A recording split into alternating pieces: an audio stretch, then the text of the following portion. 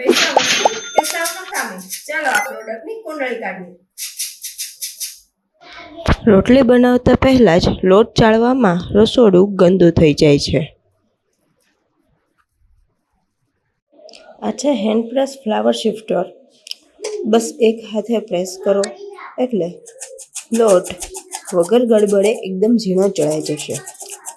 આમાં હાથ પણ નહીં બગડે અને આપણું કામ આસાન થઈ જશે. આ કપ પર મેઝરમેન્ટ પણ આપેલું છે.